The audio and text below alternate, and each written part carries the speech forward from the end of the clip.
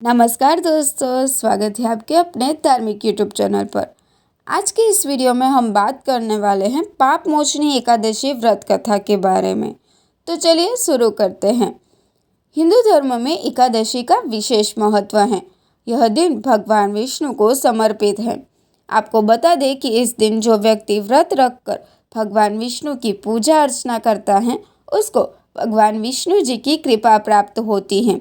वही यहाँ हम बात करने जा रहे हैं पाप मोचनी एकादशी के बारे में, जो 25 मार्च को मनाई जाएगी। वही आपको बता दें कि इस दिन पूजा के दौरान व्रत कथा को पढ़ना या सुनना ज़रूरी माना जाता है, वरना पूजा अधूरी मानी जाती है। आइए जानते हैं व्रत कथा के बारे में। अर्जुन ने कहा, हे कमल नयन, मैं ज्यों ज्यों एकादशियों के व्रत की कथाएं सुन रहा हूँ, त्यों त्यों अन्य एकादशियों के व्रत की कथाएं सुनने की मेरी जिज्ञासा बढ़ती ही जा रही है। हे मधुसूदन, आप कृपा करके चैत्र माह के कृष्ण पक्ष की एकादशी के विषय में बतलाइए। इस एकादशी का नाम क्या है, इसमें कौन कौन से देवता का पूजन किया जाता है तथा इस व्रत का क्या विधान है। हे श्री कृष्ण, यह सब आप मुझे विस्तार पूर्वक बताने की कृपा करें। भगवान श्री कृष्ण ने कहा, हे अर्जुन, एक बार यही प्रश्न पृथ्वीपति मांधाता ने लोमस ऋषि से किया था। जो कुछ लोमस ऋषि ने राजा मांधाता को बताया था वही मैं तुमसे कह रहा हूँ। राजा मांधाता ने धर्म के गुह्यतम रहस्यों के ज्ञाता महर्षि लोमस से पूछा, हे ऋषि श्रेष्ठ, मनुष्य के पापों का मोचन किस प्रकार संभव है? कृपा कर कोई ऐसा सरल उपाय बताइए जिससे सहज ही पापों से छुटकारा मिल सके। महर्षि लोमस ने कहा, हे नृपति, चैत्र मास के कृष्ण पक्ष की एकादशी का नाम पापमोचनी एकादशी है। उसके व्रत के प्रभाव से मनुष्य के अनेक पाप नष्ट हो जाते हैं। मैं तुम्हें इस व्रत की कथा सुनाता हूँ, ध्यानपूर्वक श्रवण करो।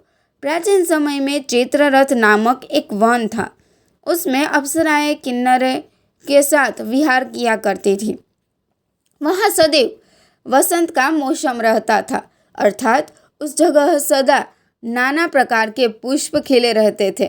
कभी गंधर्व कन्याएं विहार किया करती थी, कभी देवेंद्र अन्य देवताओं के साथ क्रीड़ा किया करते थे।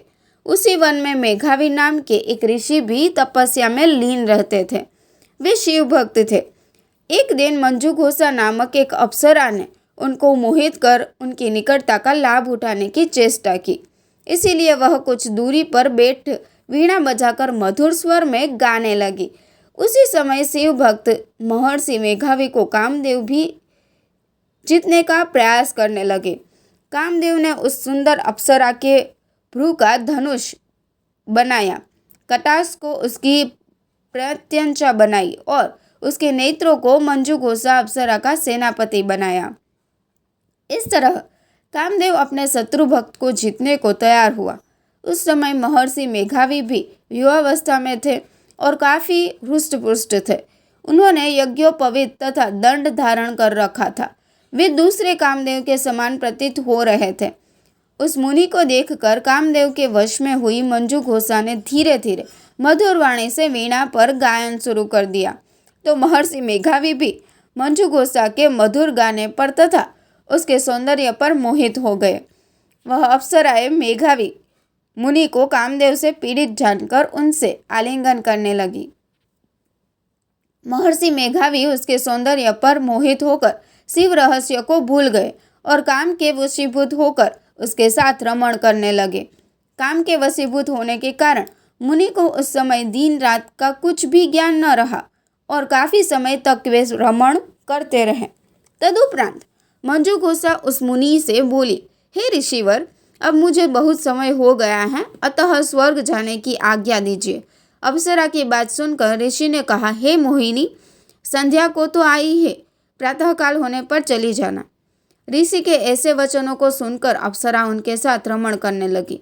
इसी प्रकार दोनों ने साथ साथ बहुत समय बिताया।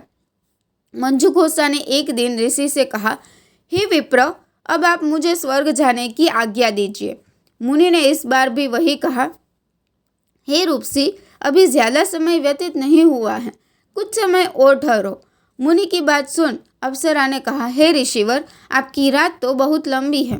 आप स्वयं ही सोचिए कि मुझे आपसे कितना समय हो गया। अब और ज़्यादा समय तक ठहरना क्या उचित है? अप्सरा की बात सुन मुनि को समय का बोध हुआ और वह गंभीरतापूर्वक विचार करने लगे। जब उन्हें समय का ज्ञान हुआ कि उन्हें रमण करते 57 वर्ष व्यतीत हो चुके हैं, तो उस अप्सरा को वह काल का रूप समझने लगे। इतना ज़्यादा समय भोग विलास में व्यर्थ चला जाने पर उन्हें बड़ा क्रोध आया। अब वह भयंकर क्रोध में जलते हुए उस तप नाश करने वाले अप्सरा की तरफ भ्रुकुट तान कर देखने लगे। क्रोध से उनके अधर कांपने लगे और इंद्रियां बेकाबू होने लगी। क्रोध से थरथराते हुए स्वर में मुनि ने उस अप्सरा से कहा, मेरे तप को नष्ट करने वाली दुष्टा, तू महापापिन और बहुत ही दुराचारिणी है।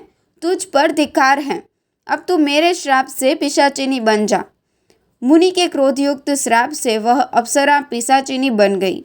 यह देख वह व्यथित होकर बोली, हे ऋषिवर, अब मुझ पर क्रोध त्याग कर प्रसन्न होइए और कृपा करके बताइए कि इस श्राप का निवारण किस प्रकार होगा।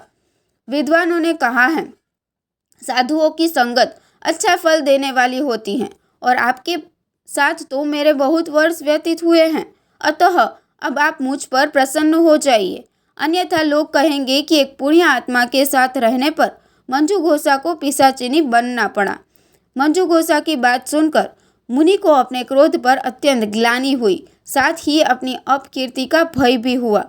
अतः पिशाचिनी बनी मंजू घोषा से मुनि ने कहा, तूने मेरा बड़ा बुरा किया है, किंतु फिर भी मैं तुझे इस श्राप से मुक्ति का उपाय बतलाता हूँ। चैत्र मास के कृष्ण पक्ष की जो एकादशी है उसका नाम पाप मोचनी है। उस एकादशी का उपवास करने से तेरी पिशाचिनी की देह से मुक्ति हो जाएगी। ऐसा कहकर मुनि ने उसको व्रत का सब विधान समझा दिया। फिर अपने पापों का प्रायश्चित करने के लिए वे अपने पिता च्यवन ऋषि के पास गए।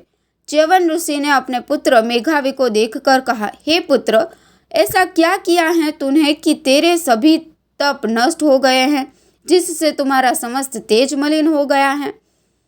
मेघावी मुनि ने लज्जा से अपना सिर झुकाकर कहा, पिताश्री, मैंने एक अप्सरा से रमण करके बहुत बड़ा पाप किया है। इसी पाप के कारण संभवतः मेरा सारा तेज और मेरे तप नष्ट हो गए हैं।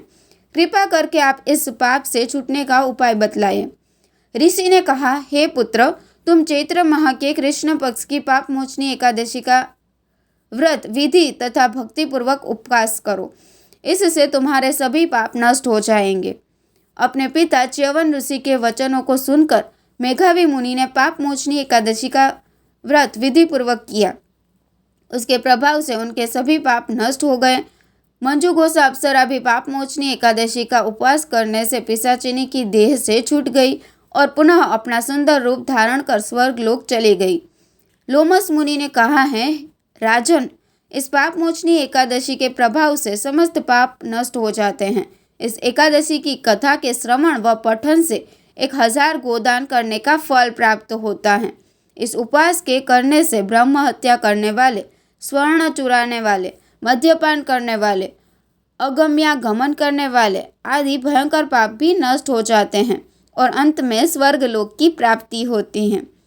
तो मित्रों, इस पावन दिन पर पाप मोचनी एकादशी का व्रत और कथा अवश्य सुनना या पढ़ना। यह व्रत न केवल पापों से मुक्ति दिलाता है बल्कि मोक्ष का भी मार्ग प्रशस्त करता है। यदि आपको यह वीडियो पसंद आया हो तो इसे लाइक करें, शेयर करें और हमारे चैनल को सब्सक्राइब करें ताकि हम आपको और भी धार्मिक और आध्यात्मिक जानकारियाँ देते रहें। धन्यवाद। जय श्री कृष्ण।